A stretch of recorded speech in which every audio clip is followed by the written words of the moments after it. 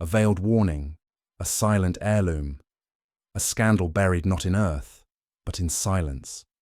Somewhere in the shadows of empire, a truth has survived, waiting to be unearthed, not with fury, but with precision.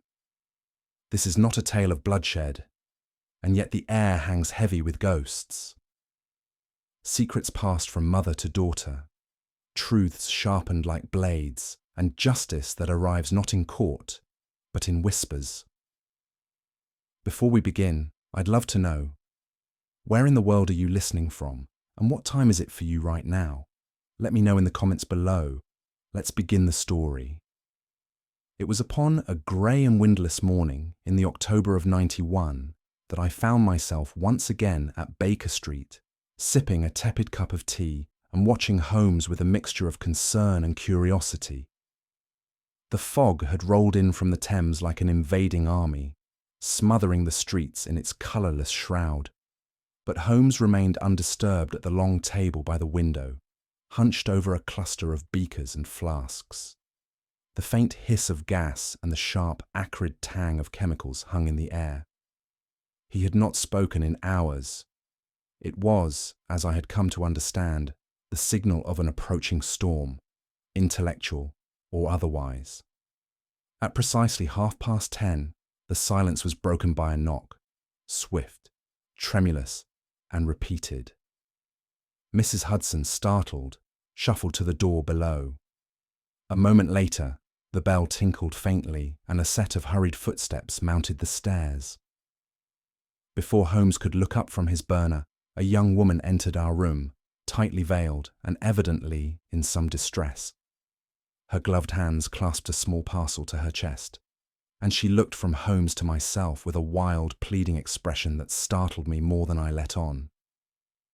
Without waiting to be invited, the woman stepped forward and placed the object she carried directly upon Holmes's cluttered desk. It was a small brass comb, dull with age and tarnish, but what caught my eye was the dark speckling at the tips, dried blood, unmistakable even to a medical man long removed from the hospital. "Someone will die because of this," she whispered, barely audible beneath her veil. Her voice, though quivering, carried the polished accent of a woman once well educated. She refused to give her name, and when I stepped toward her with a question, she withdrew as if I had struck her. Holmes, who had remained seated throughout, regarded her with a gaze both indifferent and piercing. His eyes flicked over her person, the cheap gloves dyed to hide worn fingertips, the faint line of cosmetic powder along her jaw, the incongruous boots, too fine for her apparent station. She was, I realized belatedly, in disguise. Holmes said nothing. The woman, breathing heavily, clutched her shawl and stepped back, a tremor visible even through the folds of her veil. Her manner was unmistakably of the upper class, though her clothing did its best to lie. "You'll understand," she murmured, "soon enough." And then she turned and fled. For a moment, neither Holmes nor I moved. The comb sat where she had left it, an ordinary thing, yet now transformed into an object of dark significance. I approached and picked it up with a handkerchief. The initials AD were faintly etched into the spine, and between its brass teeth was congealed blood, long dried but undeniable. Holmes rose at last, walked to the window, and watched the street below. "She won't return," he said simply. "But the question, Watson, is who sent her? And why with this?" He turned away from the window with that familiar expression, half amusement, half anticipation, and returned to his bench as though nothing had happened. "Curious," he murmured, lighting the Bunsen flame anew. And that, for the moment, was all I could extract from Sherlock Holmes. It was not until late afternoon, the fog now retreating in pale wisps toward the west, that a second knock announced itself at our quarters. Unlike the first, which had trembled with urgency, this one was deliberate, measured, as though struck with the butt of a riding crop. Mrs. Hudson appeared moments later to inform us that a gentleman had come, requesting an audience with Mr. Holmes on an unspecified private matter. Holmes, still at the chemical bench, merely nodded. "Send him in," he said, eyes never leaving the coil of vapour rising from a crucible. "Let us meet this afternoon's consequence." The man who entered was tall, angular, and wrapped in a military greatcoat of immaculate tailoring. A salt-stiff moustache stood sentinel above his thin mouth, and a faint scar cut across one cheek like punctuation. "Major Percival Hensley," he announced, saluting briefly before removing his gloves. His manner was stiff but not unfriendly, a man accustomed to command, yet wary of ridicule. "Mr. Holmes," he began, "may I inquire whether earlier today you were presented with an object of peculiar design?" Holmes, still facing away, replied without looking up, "I am frequently presented with peculiar objects, Major." "Could you be more specific?" The Major hesitated, then added, "Something small, metallic, and personal." His tone dropped as if the word itself weighed more than he cared to admit. Holmes finally turned. "I see from the Pall Mall Club tag on your umbrella that you returned to London this very morning. The dust on your boots is Calcutta red, and the irregular tan on your hands suggests a recent removal from tropical climes." The Major blinked, caught off guard. "Quite right," he admitted with reluctant amusement, "though I fail to see what relevance—" "You also have a second railway ticket in your inside pocket," Holmes continued, "unused. Intended for someone else, no doubt, who failed to accompany you." At this, Hensley's expression hardened ever so slightly. "I came alone." "Yes," Holmes said dryly, "we both see that." There was a pause, long enough to hear the tick of the mantel clock. "Major," Holmes said softly, "your secrets are already unravelling. Best you tell them in your own voice." The Major cleared his throat and paced to the hearth before speaking. "It concerns an incident. Years ago, I was stationed in Calcutta with the Bengal Fusiliers. There was a servant girl, Aya Devi, intelligent, too clever for her post. She attended to my household affairs." He paused. "There were rumours." "Rumours?" Holmes echoed, steepling his fingers.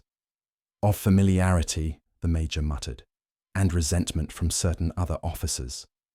She was dismissed after a regrettable quarrel. Days later she was found drowned in the Hooghly." "Suicide?" I asked. He gave a humourless smile.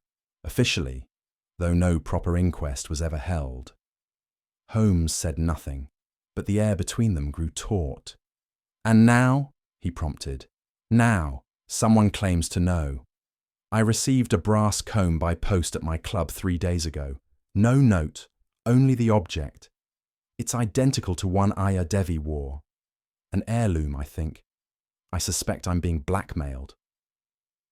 "Or haunted," Holmes murmured. Without a word, Holmes reached to the shelf behind him and produced the very same comb the veiled woman had left that morning.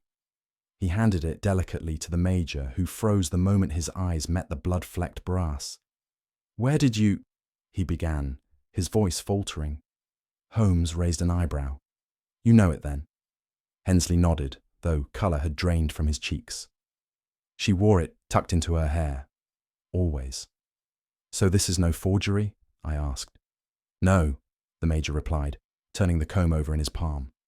"It is hers. Or rather was."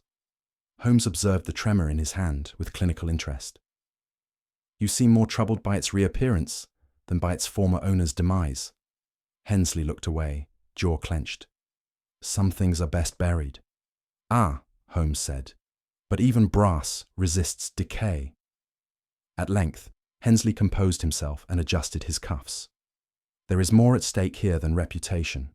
I am soon to be engaged to Lady Adelaide Mortimer, daughter of the Earl of Wexbridge." "Fortuitous," Holmes replied, "if one enjoys duchesses with family funds and little curiosity." The Major stiffened. "It is a matter of social and political alignment, not simply affection. Of course, I muttered. How romantic. He ignored me. Any scandal, no matter how ancient, could unravel the arrangement. You understand, then, why discretion is paramount. Holmes tapped the comb thoughtfully against his palm. Quite. And yet someone has seen fit to dig up a servant's past, not for justice, but perhaps revenge. I need to know who sent it, the Major said, and what else they may possess. Indeed, Holmes said. For once the past begins to comb through us, Major, it rarely stops at the scalp. When Hensley had gone, with a stiff bow and a grim expression, I found myself pacing the room. You'll take the case, then? I asked. Naturally, Holmes replied, already seated with pipe in hand. The mystery is intriguing and the stakes high. You noticed how cold he was? I said, still agitated. A woman dies under suspicious circumstances, and he speaks of arrangements and discretion as if her life were a misplaced handkerchief. Holmes exhaled slowly. Your indignation, Watson, is both admirable and predictable. But remember, emotion clouds logic. Let us solve first, moralize later. And if he's guilty? I asked. Holmes looked up. Then I shall expose him, no matter whom he intends to marry. I felt my anger subside, tempered by Holmes's conviction. Very well, I said. Let us find this ghost he fears. Not fears, Holmes corrected. Underestimates, and that is far more dangerous. As twilight filtered through the fog-streaked panes, Holmes returned once more to the brass comb, turning it slowly beneath his lens. Curious, he murmured. What is? I asked. There are 2 scratches here, too deliberate to be accidental. And look here, residue from sealing wax. This comb was affixed to something, perhaps a package or message. He placed it carefully on the desk. 2 combs, Watson. One left in warning, the other mailed as memory, and both pointing not to guilt, but to silence. Do you suspect Hensley? I asked. I suspect everyone, he replied lightly, but especially those who fear shame more than justice. He stood and stretched his long limbs. Come, Watson, let us dine. I feel we shall have little appetite for rest in the days ahead. And so, the comb remained, gleaming dully in the lamplight. As our minds turned toward the past, it refused to let lie. The following morning, we made our way through the damp arteries of East London, Holmes striding ahead with that unmistakable purpose that signalled some internal deduction already forming. The fog clung lower in Whitechapel, and the air bore that peculiar tang of coal soot and damp linen that clung to its alleyways. Our destination, a narrow shop wedged between a butcher's and a boarding house, displayed no sign but had a curious brass bell that chimed with a peculiar musicality.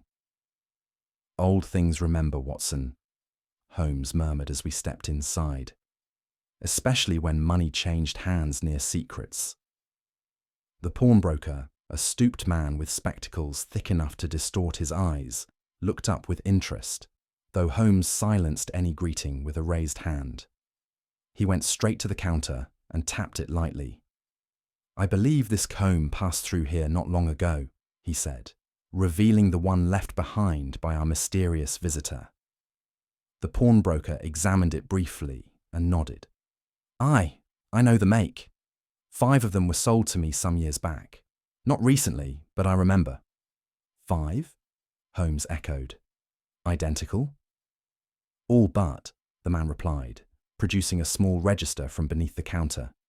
Brass bridle combs, finely tooled, made by an Indian craftsman who worked in the docks before the fever took him. Rare quality, each with a different initial etched inside. Decorative things, meant for a dowry, or so he said. He licked a finger and turned a page with care. Here we are. They went to a woman named Devi, paid cash, didn't bargain, didn't smile, just gave me the name and address and took the box. The address? Holmes asked. Somewhere near the docks, but she never returned. A few weeks later, a constable came round asking questions, never said why. She never returned, Holmes repeated, then looked at me. But her combs did, one at a time it seems. Holmes leaned slightly across the counter, peering at a pale residue smeared on the ledge. He tapped it once and rubbed it between his fingers. Chalk dust and black ink, both recent. The pawnbroker blinked. Eh? A clerk has been here, Holmes continued. Left-handed, given the slant of the smear. Government issue ledger ink, faintly scented. A cheap rosewater compound preferred by Scotland Yard's quartermasters.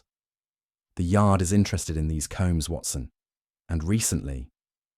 You're not police? The broker asked nervously. Not in the manner that should concern you, Holmes said. But it means we are no longer the only ones brushing up against this past. He glanced again at the register. No record of what happened to the other combs. One went to a dealer in Bethnal Green. Another pawned back 6 months later by a woman with an accent I couldn't place. The rest? He shrugged. Gone. Like the wind. Outside again, Holmes stopped beneath a soot-darkened lamppost and opened his pocketbook. The name she gave, he said, Devi. Common enough on the subcontinent, but not paired with Aya as a forename. No, I believe it was a title, a role, used as a name by the shopkeeper. A housemaid, I said. Indeed, Holmes replied. And if I am not mistaken, the same Aya Devi once employed by Major Hensley in Calcutta. He flipped open the shop's copied address, a modest boarding room in a dockside tenement that had since burned in a warehouse fire. No forwarding record, no family, and the combs, one by one, returning to circulation like sentinels. She's been dead 20 years, I reminded him.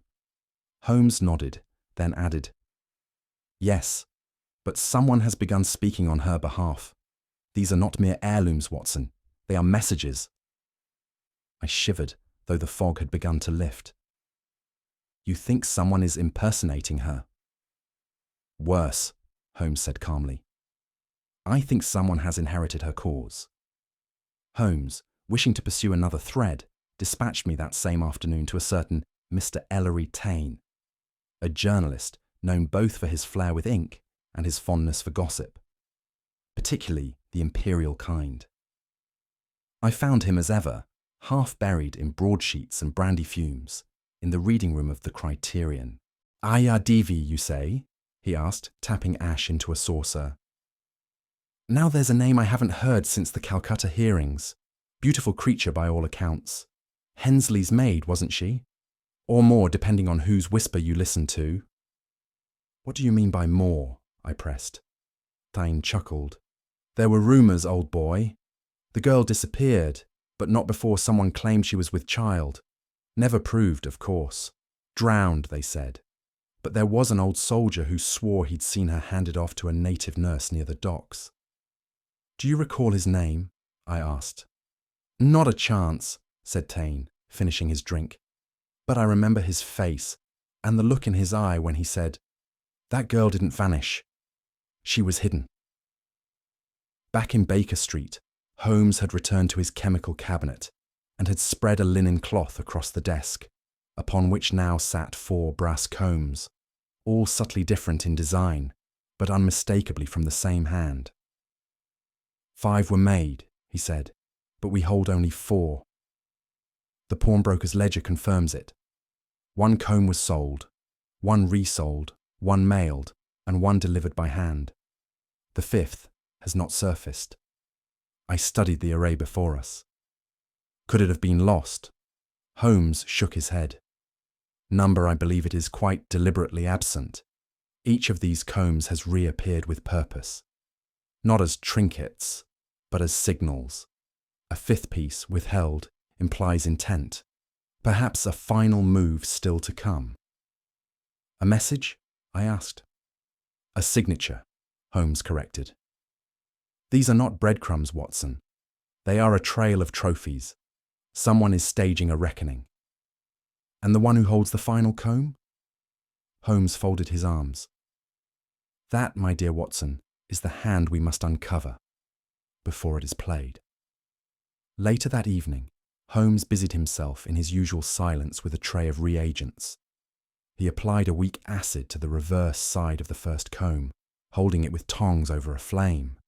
I watched with unease as smoke curled upwards, and the brass darkened to charcoal grey. There, Holmes murmured. Just as I suspected. What at first seemed a simple scratch now glowed faintly, a burned engraving rising to visibility beneath the metal's scorched film. It formed two initials, elegant but angry in their etching. R.D. Reena Devi, I said at once. Or a most cunning forgery, Holmes replied. But more likely the former. The tool used was fine, the marks deliberate, and the placement hidden until heat was applied. Not by accident, but design. But if she is alive, then she is not merely alive, Holmes interrupted. She is orchestrating something. These combs are no longer relics. They are her instruments. He lowered the comb gently into a tray of cool water and lit his pipe. We do not have long, Watson. She is announcing herself. And in such things, the last message is always the loudest.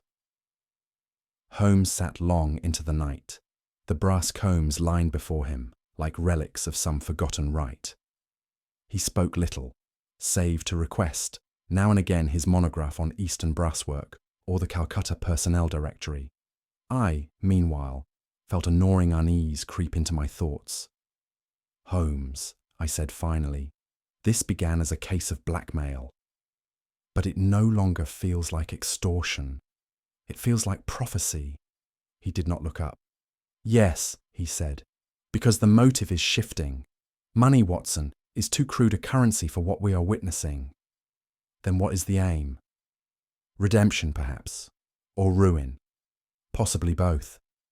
But note the care, the patience. Whoever sent these objects does not wish merely to frighten. They wish to be understood. He paused, then added quietly, which makes them far more dangerous than the common criminal. And with that, he fell silent again. Outside, the fog clung to the windows. Inside, Holmes stared not at the combs but beyond them, towards something only he, in that moment, seemed able to see. Holmes had remained peculiarly silent through supper, pushing his food about the plate with mechanical detachment. When at last he spoke, it was not with his usual theatrical flourish, but in a voice low and cool as the fog still clinging to the panes. She lived, Watson. Who lived? I asked. Aya Devi's child, he said. There was a daughter.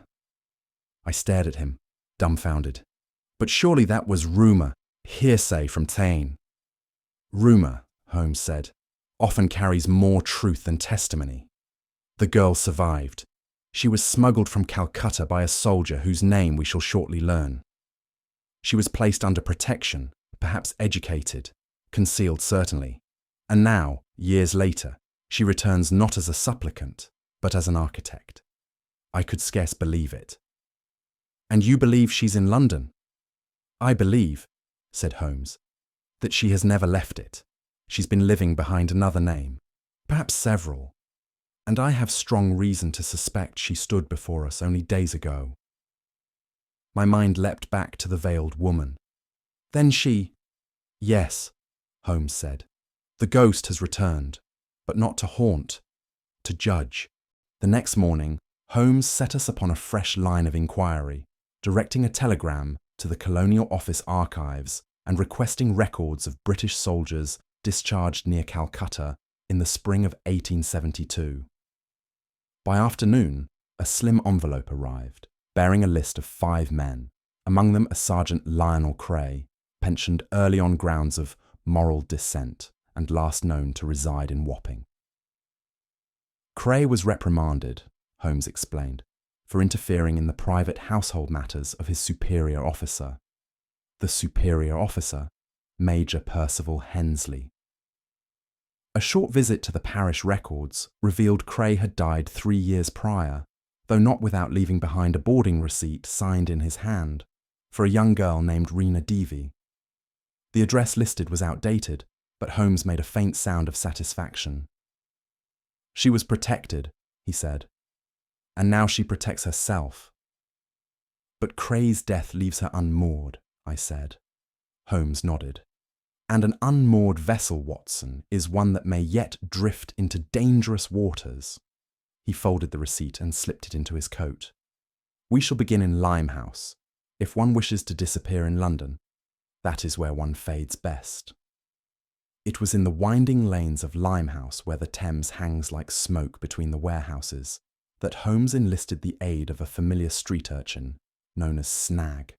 Snag, a whip-thin boy with sharp eyes and sharper ears, had once helped us locate a vanished Russian violinist in Spitalfields and was now gainfully re-employed. "Lady don't talk much," Snag said, leading us to a crooked row of houses sloping toward the water. "Keeps her face hid, comes late, leaves early. Room number 4, top stair." We found the door bolted and the shutters drawn, but no sound from within.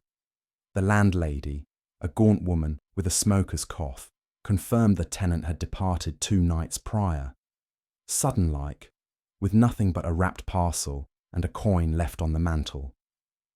"She said she weren't coming back," the landlady told us. "Didn't leave no forwarding." Holmes turned without comment, but I saw his jaw tighten. "She is running," I said quietly. "No," Holmes replied. "She is moving." And in his tone, I understood the distinction.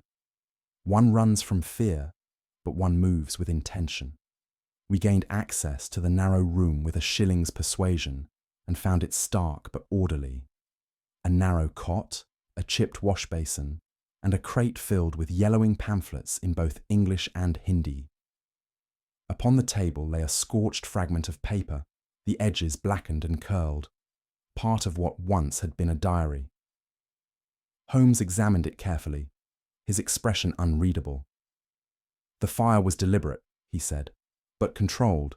She burned only certain pages." "What's left?" I asked. "Half a sentence," he said, reading aloud. "He was not the only one. The cousin knew."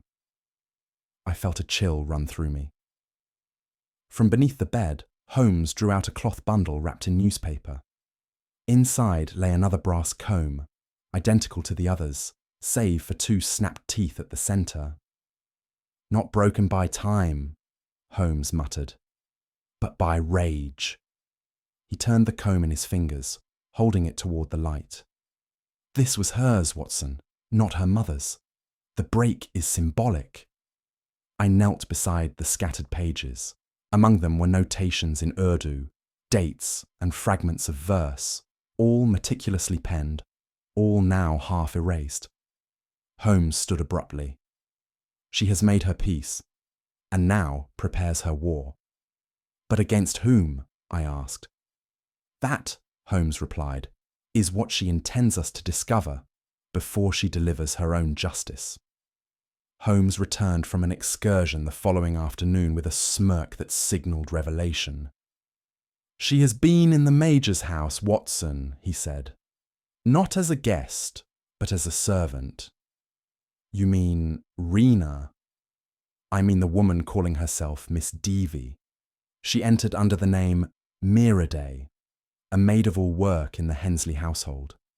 Records confirm her employment began 6 months ago.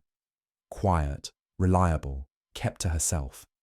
No one noticed when she left 2 nights ago, nor did anyone ask why." "Then she's been observing them," I said. "More than observing," Holmes replied. "She's been studying, cataloguing, perhaps even judging, and all from within the very walls of the house her mother once served."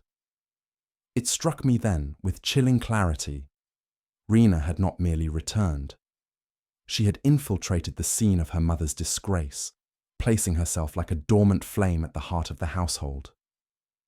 "She has been listening," Holmes said, "to whispers in corridors, to locked conversations, to careless boasts, all while hiding in plain sight." "And now?" I asked. "Now," said Holmes, I suspect she intends to be heard. Among the charred remnants of Rena's diary, one passage remained mostly intact, and it was to this that Holmes returned late that evening, the entry pressed beneath the glass weight on the desk. At his request, I translated the lines written in neat, fluent Urdu. It speaks of a mother who died without name, without fire, without cry. I read aloud. And of a daughter whose life was built upon silence. Holmes said nothing, but his eyes were fixed upon the page. She writes, I have seen the man who buried her with words. I have folded his handkerchiefs. I have cleaned his boots. And when he smiled, I smiled back. But I carry her flame in my chest, and one day I will light the match. I set the page down with a slight tremble. She means to act. Holmes gave a slow nod.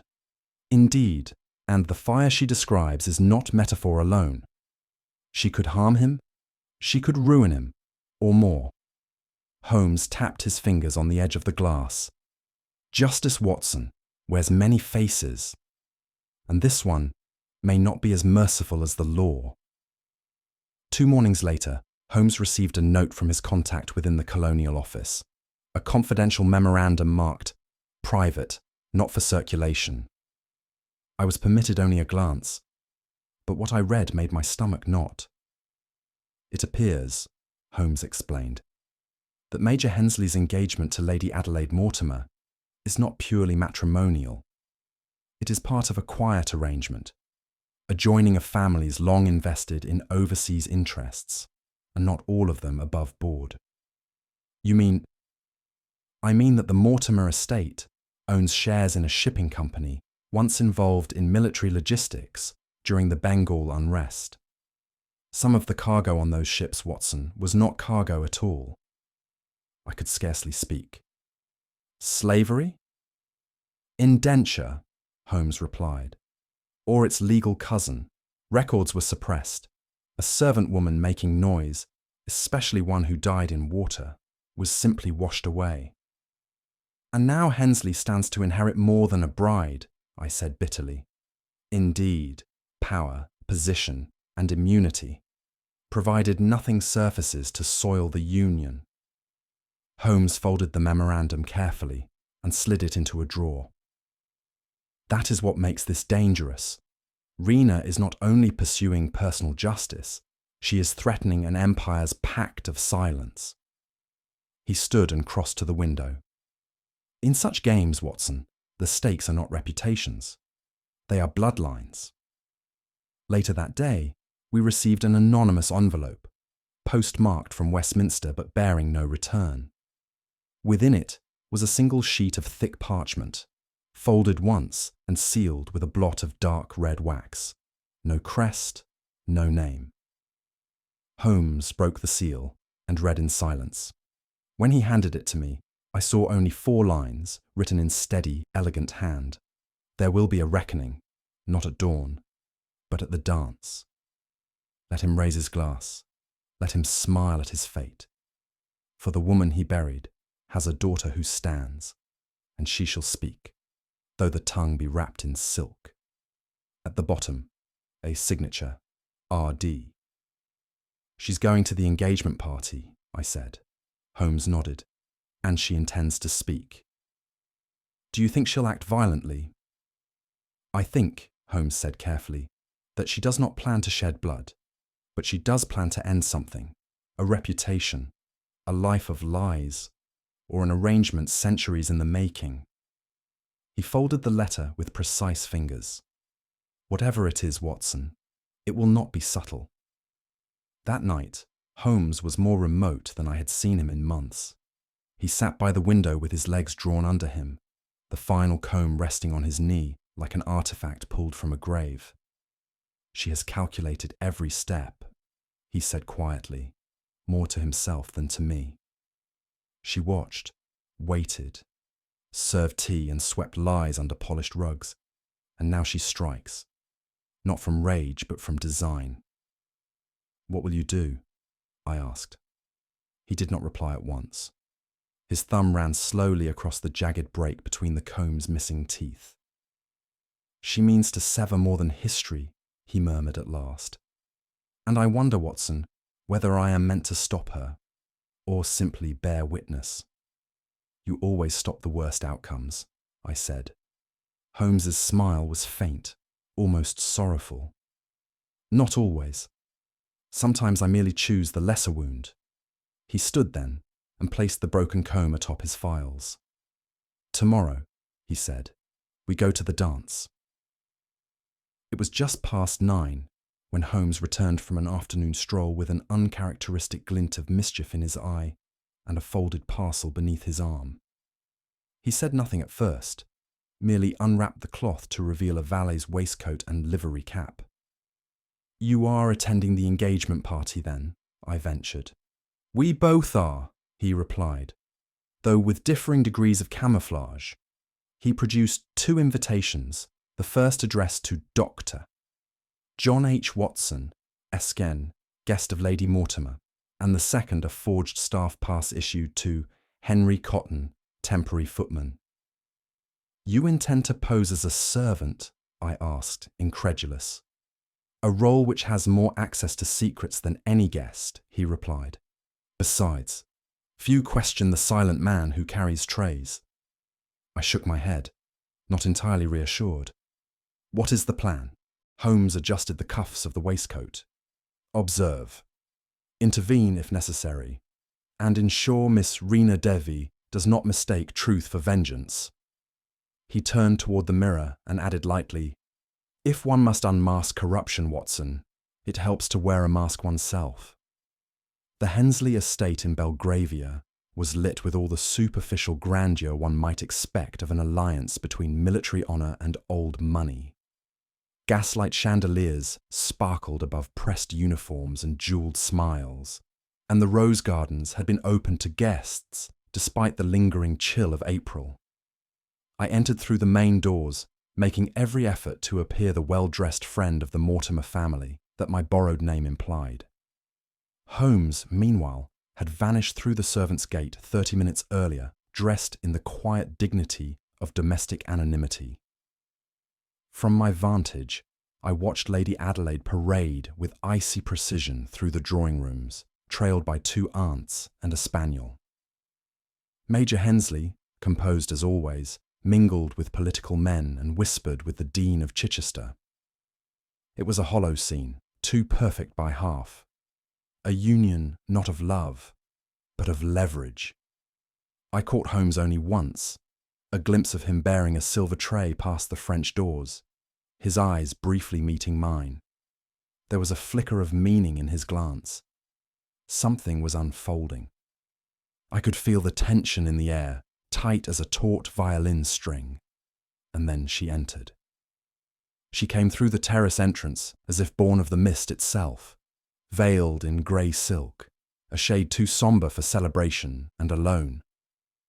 I saw several heads turn, not out of recognition, but from the dissonance her presence created among the ivory gowns and gold epaulettes.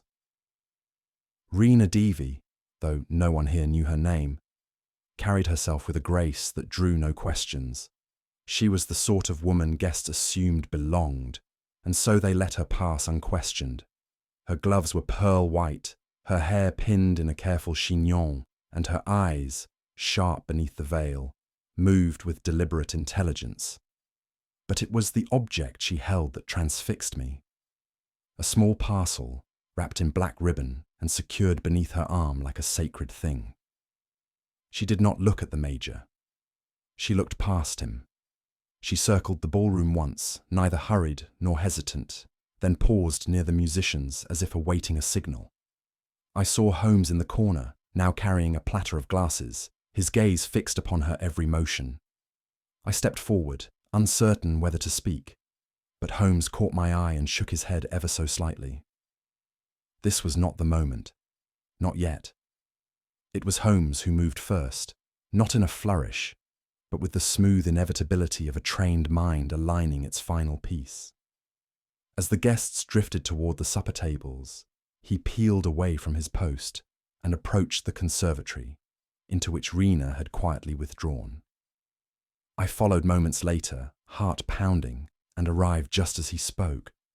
"You would not have succeeded, Miss Devi," Holmes said gently, "but you would have been remembered."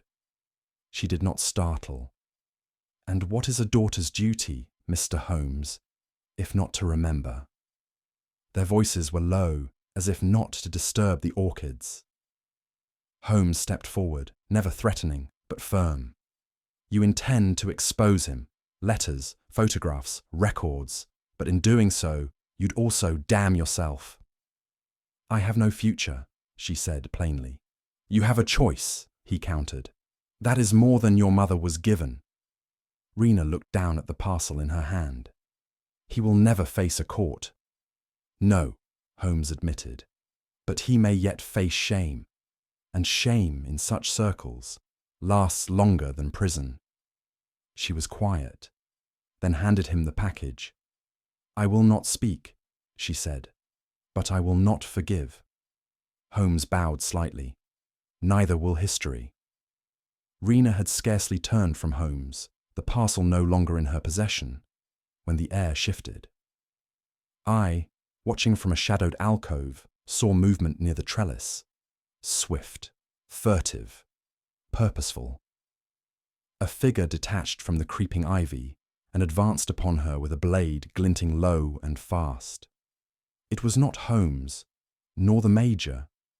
Rena's instinct was quick. She twisted away, her arm slashed as the blade nicked her sleeve. But the attacker pressed on, not with the fury of a madman, but the precision of one trained to end things quietly. Before I could cry out, Holmes struck.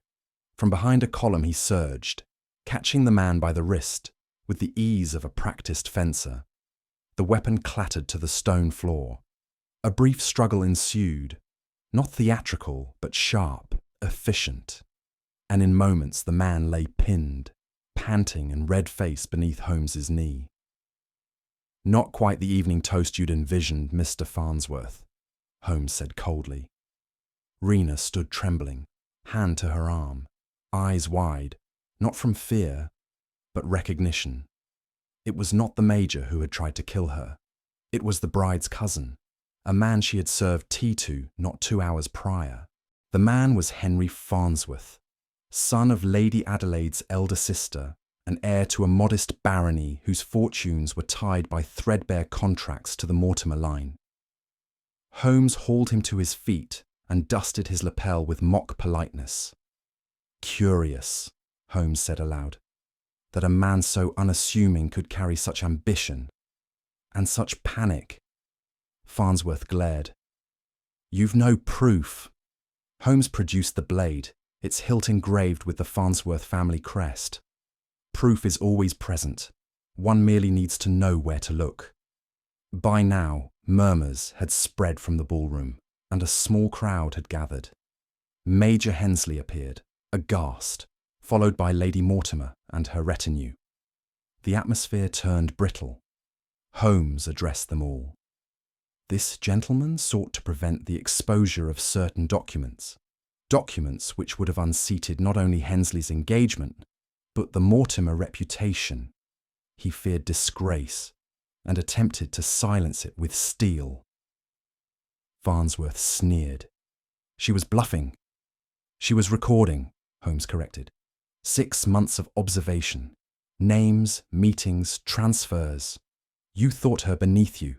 That is always the fatal assumption. He turned to Hensley. "Your shame was inherited. His, alas, was chosen." No one spoke. What followed was not police work, but theatre, for Holmes, when he so chose, could command a room better than any actor upon Drury Lane. He reached into his coat and withdrew a small vial of grey soot powder, which he scattered lightly across Farnsworth's gloves. Then, with a match, he ignited a paper, and the soot shimmered faintly blue. "Prussian trace compound," Holmes said. "A blend used only by clerks handling colonial correspondence, or in this case, someone intercepting them." Gasps murmured through the crowd. Holmes plucked at Farnsworth's cravat and, with one swift motion, tore away what proved to be a glued-on false beard, clumsily affixed, perhaps for disguise during illicit meetings. Lady Mortimer staggered, catching herself upon a chair. Hensley turned a deep, sullen red. Holmes bowed slightly. The assassin wore his best face for family. Farnsworth attempted a retort, but was silenced by Holmes's raised hand. "I suggest you slip away, Mr. Farnsworth, quietly. Scotland Yard shall receive a file in the morning, and I doubt you'll find the Mortimers eager to shelter you further." Then Holmes turned to the others. "And now, if the guests will excuse me, I believe the lady who truly belongs here has decided not to speak after all, and that, in itself, is the loudest judgment of the night."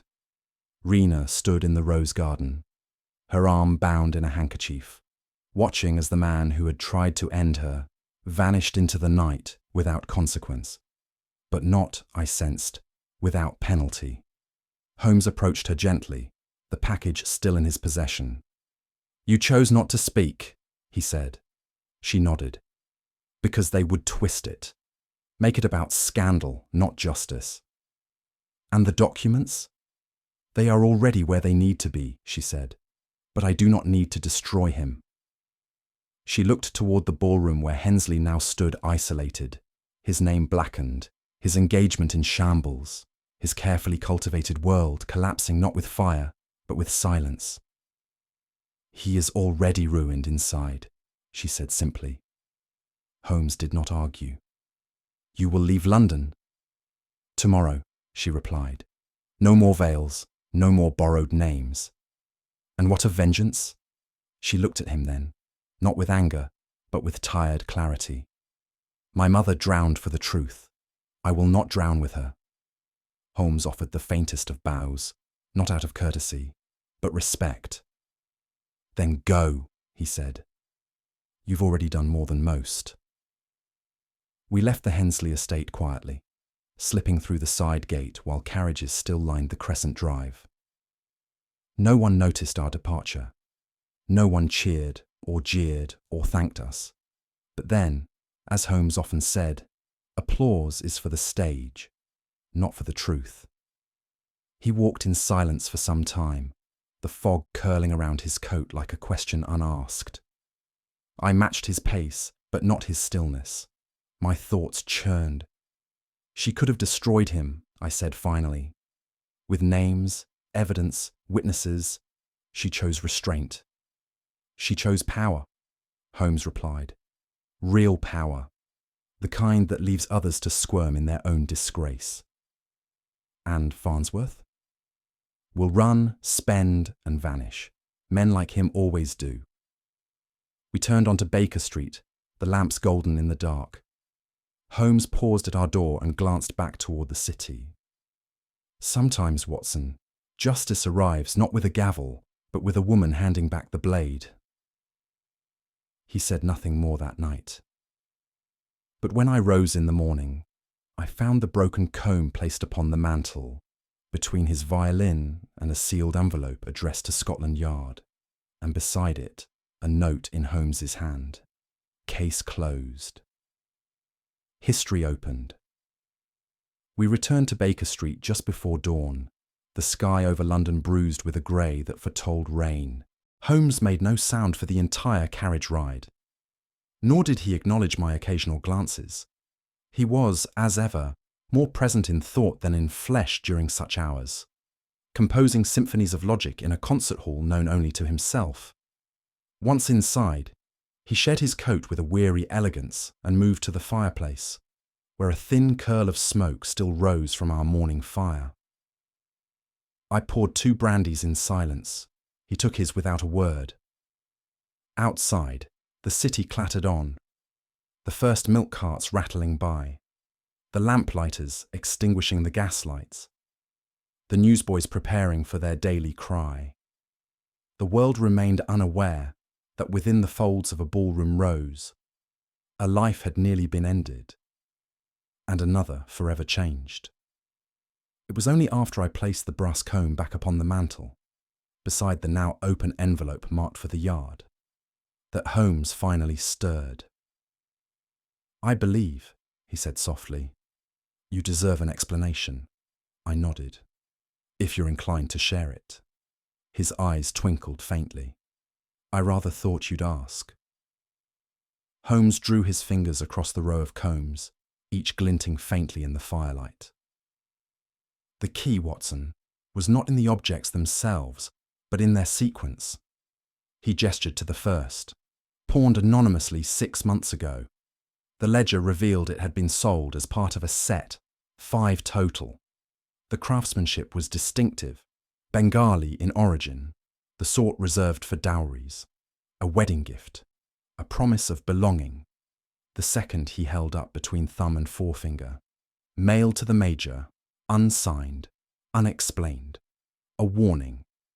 The third had been delivered to us by Rena herself, the most direct act, and yet the most enigmatic. "But it was the fourth," he continued, "the one found in her room, broken, scorched, marked with initials, that gave away her full intent. Not violence, but ritual, a symbolic reconstruction of her mother's story, told through objects rather than accusations." I leaned forward. "And the fifth?" "Still missing," Holmes said. "But I believe it was given to the soldier who saved her, long ago, perhaps buried with him. That is speculation, I admit." He placed the comb back in line. "She used heirlooms as heralds, Watson, and she sent them to the men who forgot what their promises had cost." Holmes took his seat across from me and folded his hands with his usual precision. "The diary, Watson, was no ordinary journal. It was a ledger of memory, coded in part but not beyond recognition. Half burned, yes, but enough survived."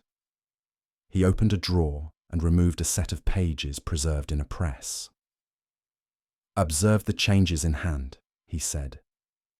"These entries, written in Urdu, belong to her mother. You'll note the ink has aged and the pressure is faint, characteristic of someone not formally schooled in script." He turned a few pages. "Now look here. The final entries, more decisive, Western cursive. And yet, see how she subtly mimics the older hand. An effort, I believe, to keep her mother present, even in her own writing." I studied them in silence. "It's uncanny," I murmured. "It's deliberate," Holmes replied, "just as her anonymous letters to Hensley were. They bore no direct threat, but their rhythm, their phrasing, mirrored passages from the mother's entries. She was reconstructing her voice. And the goal? To confront him with her memory, to show him that while the woman had drowned, the truth had not." He tapped the edge of the paper gently. "She never wanted to kill him. She wanted him to live long enough to understand what he had destroyed." Holmes reached for a final object on the mantel. The comb Rena had brought us, the one she left behind that first mysterious day. "It was this that told me who the real threat was," he said. "Not Rena, not Hensley, but someone much closer." He turned the comb over. The faint smear along the edge, here, was not blood alone. There was a second residue, scented and rare. He stood and walked to his index of chemical monographs, flipping quickly until he located a note. "A cologne," he continued, "imported by only one house in London, O'Malley and Finch, tailors to the gentry. This particular fragrance, Imperial Lacquer, is reserved for preferred clients, fewer than 50 bottles sold annually." "And one belonged to Mr. Farnsworth?" I asked. "Exactly. He was seen near the parcel that had been intercepted from Rena's quarters. A servant remembered him brushing past her door, a flimsy excuse about misplacing his gloves." Holmes tapped the comb again. It had been tampered with, the ribbon retied, and the residue transferred from his fingers. He looked up at me, eyes narrowed. In his desperation to destroy her words, he left his own scent behind. He smiled faintly. As ever, Watson, vanity is the villain's signature. You might have warned me, I said at last, setting down my glass with more force than necessary. About Rena, about the cousin, about half a dozen things that might have got me stabbed in the garden. Holmes, reclining with irritating serenity, offered the faintest of smiles. And where, he replied, would the enjoyment have been in that? I folded my arms. You do treat these matters like theatre, Holmes. Because they are, he said.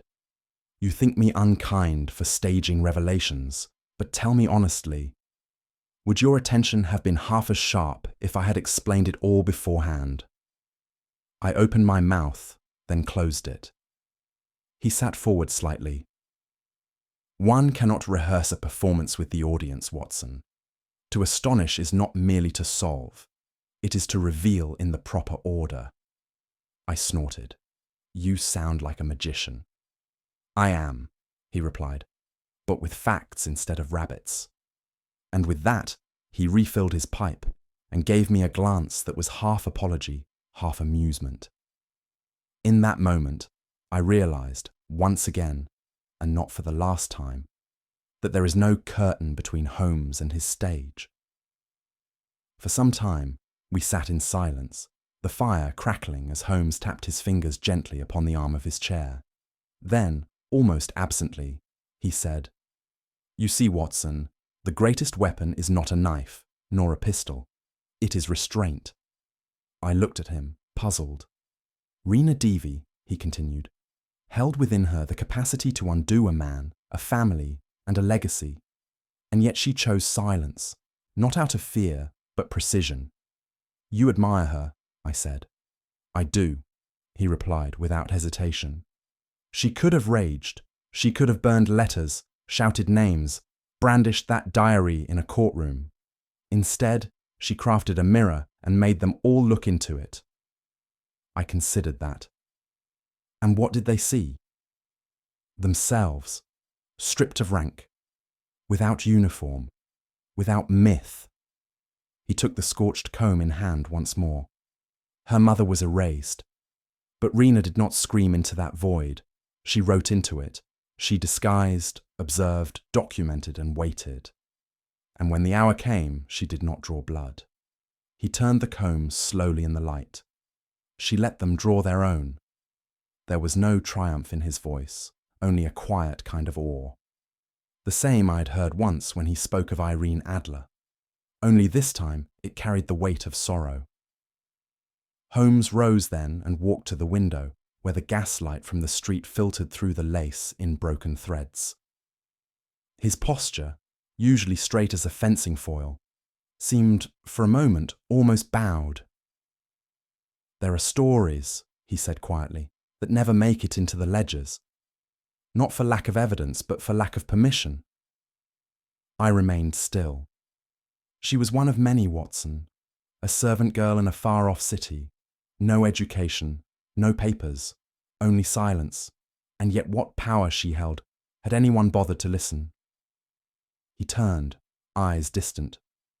The empire, for all its pomp, is built on whispers, on daughters pressed into shadow, on promises made and broken beneath crests and banners and coin.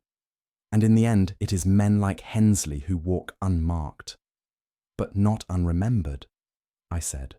No, he agreed. Not if there are women like her. He looked again to the comb. These cases we solve, Watson. Thefts, murders, vanishing lords. They amuse the newspapers. But the true injustices are quieter. They do not knock at our door with fanfare. He returned to the chair and picked up his violin, running a finger lightly across the strings. We may never know how many Aya Devis the empire has consumed, but I hope this one story, told in brass and silence, might haunt those who believe history forgets. He did not play. He simply set the violin down, and the silence said the rest. The following morning, I rose to find Holmes already dressed and at the hearth, absently examining the Persian slipper in which he kept his tobacco.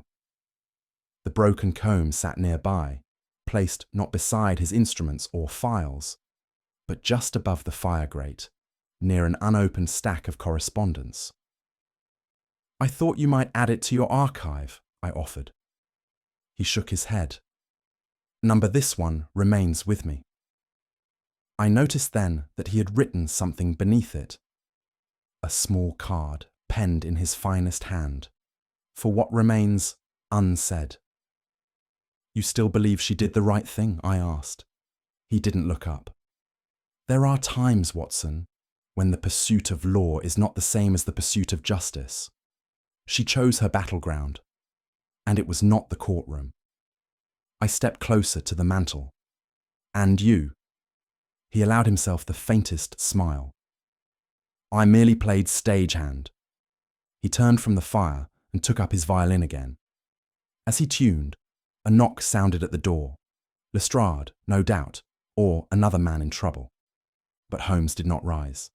Instead, he played a single note, soft, strange, lingering, and then he said, as if to himself, "We solve puzzles, Watson, but sometimes we simply witness." I reached for my coat, knowing the case was finished. And yet, something hung in the air, not unfinished, not unresolved, just quiet. And beside the slipper, above the fire, the brass comb gleamed like a silent elegy. Of all the cases I have chronicled beside Sherlock Holmes, few have left me with so deep a sense of stillness as this one. No murder had occurred. No corpse required burial. And yet, the air in Baker Street seemed thick with a weight that no man could quite name. There had been no trial, no gallows, and yet guilt had hung heavier than rope over the guilty, and sorrow lingered like a perfume in Rena's wake, faint, beautiful, and impossible to forget. It was a case built of shadows, of what was said, and more so, what was not. A case in which the dead did not rise, but were remembered, more fiercely perhaps than if they had lived. And as Holmes returned to his usual habits, I found myself unable to shake the notion that we had merely brushed against the hem of a truth far older than ourselves, and far more enduring. Holmes, ever the creature of rituals, had taken to polishing the brass comb every morning since the case had closed, not with ceremony, but as one might polish an old coin, absent-mindedly, with equal parts indifference and reverence. "One forgets," he said one morning, "that brass tarnishes faster than silver." I watched him work a clean cloth along the scorched metal surface, the initials now barely legible from time and fire. "And yet," he continued, "it holds its shape better. Steel cuts, brass remembers." He placed the comb back on the mantel with care. "Truth, like brass, dulls if not polished, but it never disappears." It was one of those rare reflections he allowed himself, quiet, poetic, and unburdened by the need to impress. I made no reply, for in that moment I understood that we had not solved a mystery, but uncovered a memory. And that, perhaps, was the point.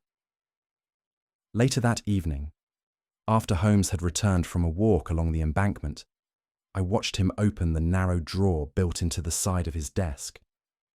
A drawer I had rarely seen accessed and never discussed. It bore no key, only a brass plate etched with 2 words in his own hand: "Unsolved ends." Inside, arranged with mathematical precision, lay a series of small tokens: a twisted ring, a folded chess scorecard, a button carved from bone. And now, with a silence that was somehow ceremonial, he added the comb. He closed the drawer gently. "These are not failures, Watson," he said, "merely stories that continue beyond us." I said nothing. I understood, for not every riddle demands an answer, and not every wound is meant to heal. Sometimes, Holmes taught me, it is enough to bear witness and to preserve the evidence that someone once tried. As I poured the tea, I ventured a final question. Do you think justice was done? Holmes, never fond of sentiment, did not look up from his newspaper. I much prefer mysteries to sentiment, Watson, he said dryly. They tend to behave. I laughed despite myself, and he offered a wry twitch of the lips that passed, in Holmesian terms, for a grin. And just like that, the moment was gone, filed away, like the comb, into that curious cabinet of fragments we called our friendship. We had barely finished our second cup when the familiar rap of the postman echoed through the stairwell. Mrs. Hudson shuffled in with a telegram, already frowning at the mud on the envelope. Holmes took it, sliced it open, and scanned its contents with a single brow raised. "Well?" I asked. He handed it to me. Theft reported, Tower of London, sapphire, cross missing. Request your advice immediately. Holmes stood, brushing a bit of ash from his sleeve. Ah, now that sounds refreshing. And with that, he retrieved his coat, plucked his cane from its hook, and offered a glance back at the mantel. The brass will keep, Watson. We stepped into the fog, and the ghosts at last remained behind us. Holmes stood at the mantel, gazing not at the comb, but beyond it, into some private distance only he could see. You see, Watson, he said at last, truth doesn't always demand a spotlight. Sometimes it slips into the room like a servant, quiet, unannounced, and by the time it leaves, the entire house has changed. He tapped the edge of the drawer labelled Unsolved Ends and added, in this case, justice wore no robe, but it left a scar all the same. What do you think was the criminal's greatest misstep? Underestimating Rena's silence, or believing a comb could be dismissed as just another ornament? I'd love to hear your thoughts in the comments below. If this mystery kept you thinking, don't forget to subscribe for more Sherlock Holmes stories crafted in the classic style, and share this case with someone who loves clever crimes and quieter truths. Until the next mystery, stay observant.